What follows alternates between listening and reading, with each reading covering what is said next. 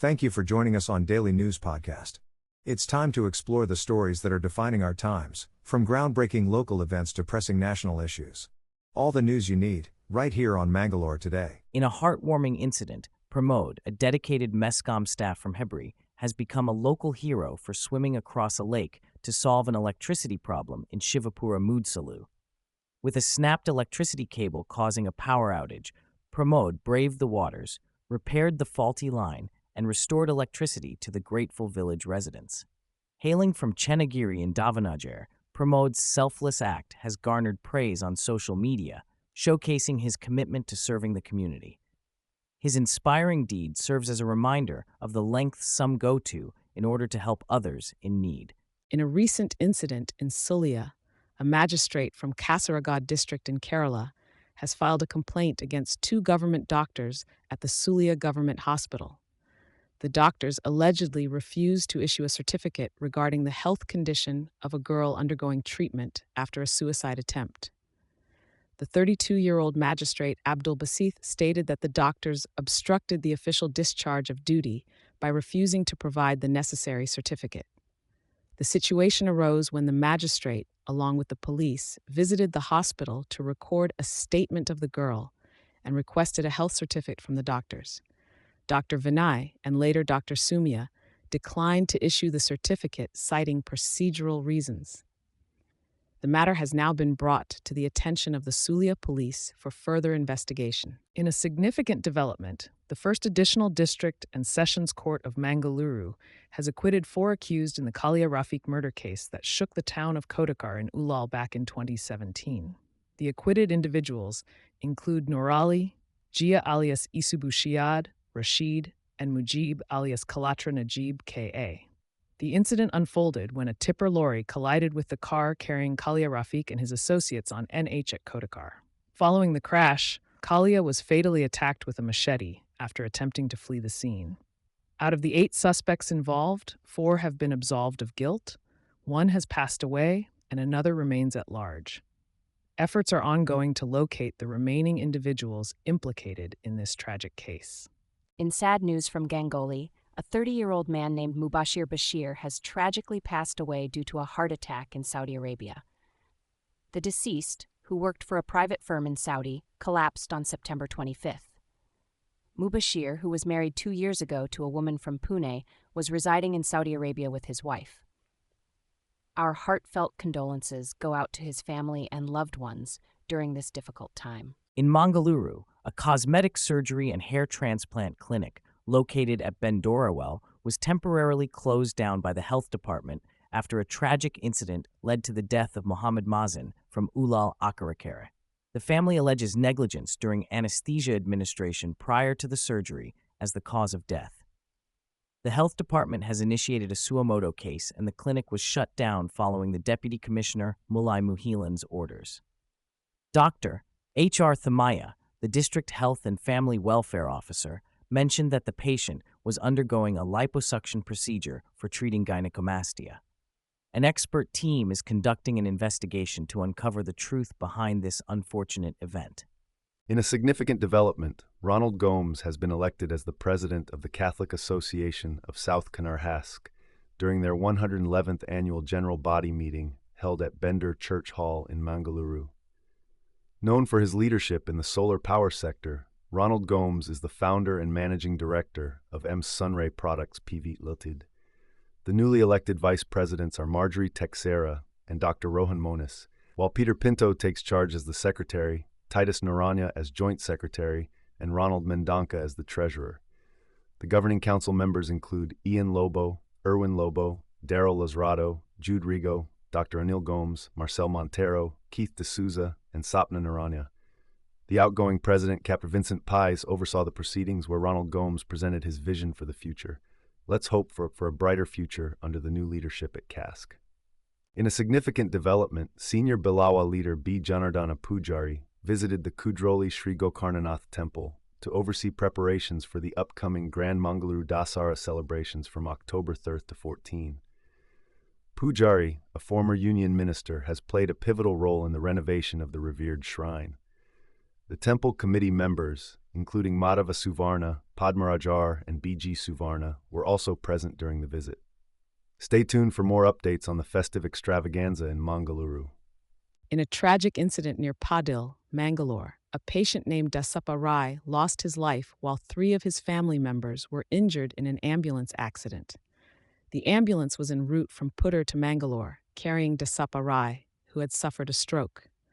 The deceased, Dasappa Rai, hailed from Kadaba, Halanaranki. His wife Nalini Rai, son Harshith, and a relative Manish were injured in the mishap. The ambulance overturned near First Neuro Hospital, and the driver lost control around 4 a.m., resulting in the fatal accident. The injured are currently receiving treatment at a nearby hospital as they recover from the unfortunate incident. Former Lokayukta and Santosh Hegde expressed deep concern about the erosion of democratic values in executive, legislature, and judiciary during his speech at Mangalore University's 45th Foundation Day event. Hegde highlighted the trend of politicians entering politics for personal gain rather than public service, leading to corruption and inefficiency. He criticized the lack of accountability among lawmakers who receive salaries and allowances without fulfilling their duties. Hegde also pointed out the influence of political power on the executive branch, citing instances of bribery and misconduct. He urged the youth to uphold democratic principles and combat greed and abuse of power. Mangalore University Vice-Chancellor P.L. Dharma echoed the call for transparency and integrity, emphasizing the need for collective effort to restore the institution's prestige and efficiency. Tough decisions to reduce unnecessary expenses and ensure accountability in appointments are on the horizon, according to Dharma. In a significant development, Karnataka has decided to withdraw its open consent for CBI investigations in the state. The Karnataka cabinet made this decision citing concerns over the alleged misuse of the CBI. Law Minister H.K. Patil expressed disappointment over CBI's handling of cases referred to them, stating that charge sheets haven't been filed, leaving many cases unresolved. Patil emphasized that the decision is not related to any specific case, but is aimed at preventing the CBI from straying off the right path. Going forward, the Karnataka government will evaluate CBI involvement in cases on a case-by-case basis. In the latest development, Israeli Prime Minister Benjamin Netanyahu has not responded to the U.S.-France proposal for a 21-day ceasefire amid the ongoing conflict between Israel and Hezbollah in Lebanon. The Prime Minister has instructed the army to continue the fighting with full force. The joint call for a ceasefire was made by the U.S., EU, and other allies after Israeli airstrikes in Lebanon resulted in casualties and displacement.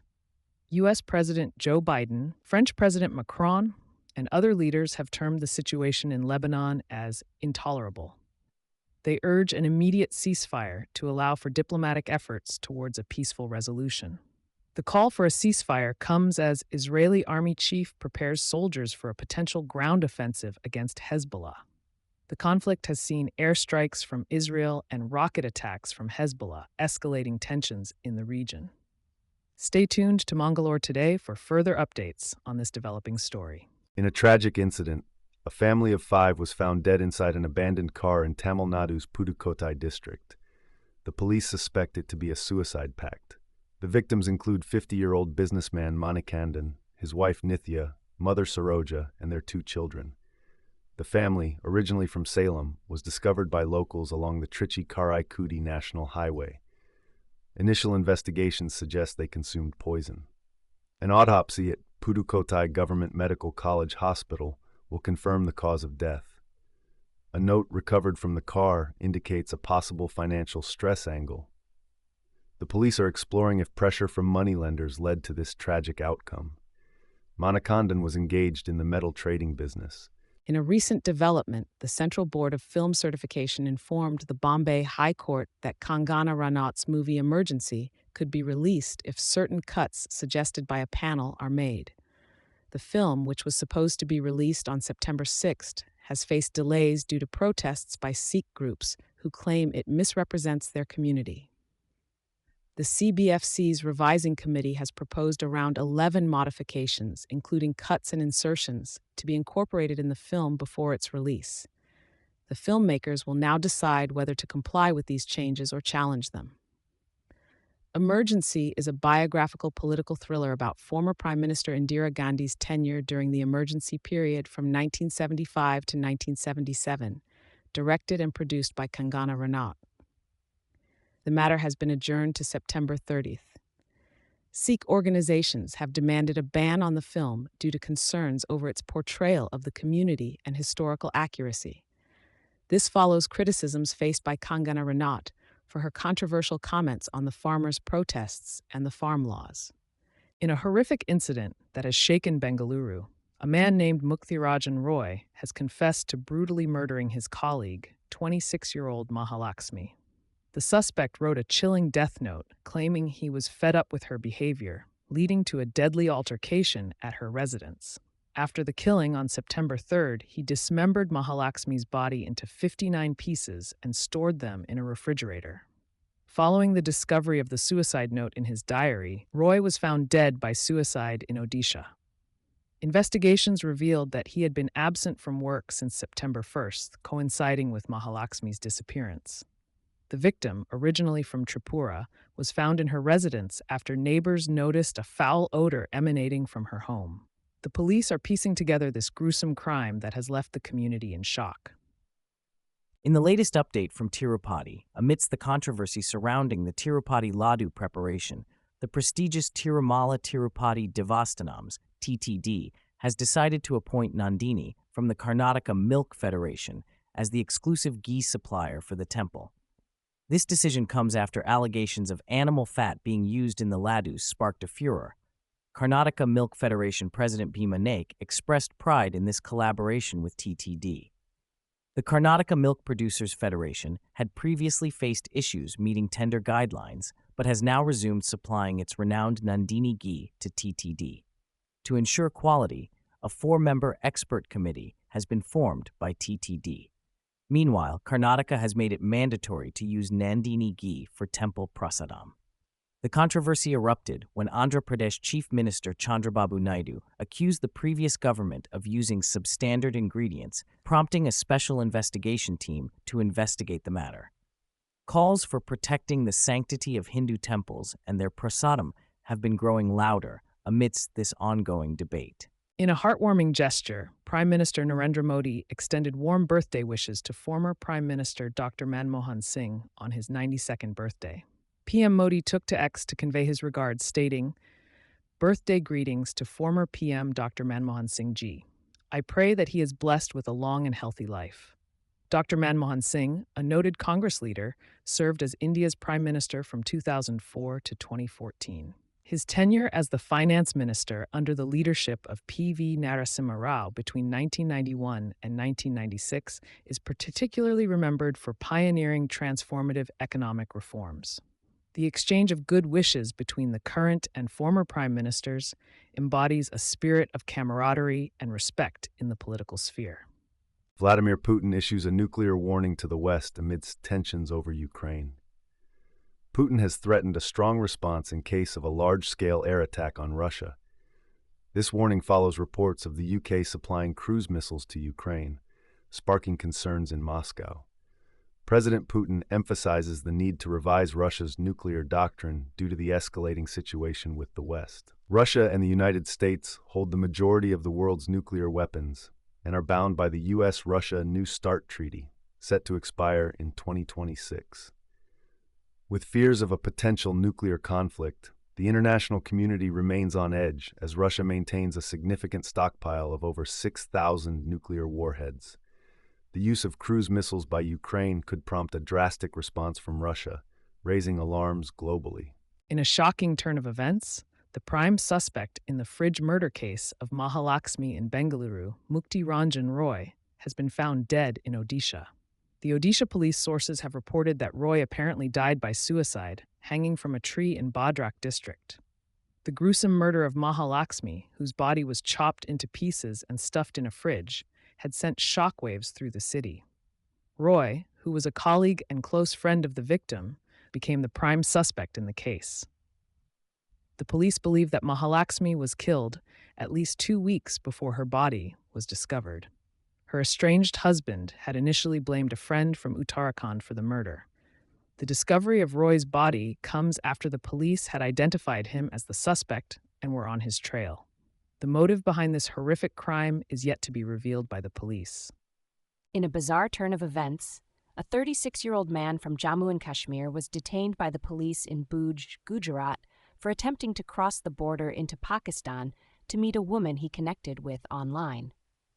The man, identified as Imtiaz Sheikh, traveled all the way to Kavda village in Gujarat's Kutch district with hopes of meeting a Pakistani social media influencer from Multan. Thinking he could legally enter Pakistan through the Kutch border, Sheikh sought help from locals to gain permission. Thankfully, after a preliminary investigation and consultations with his family and local authorities, it was determined that there was no real threat, and Sheikh was released.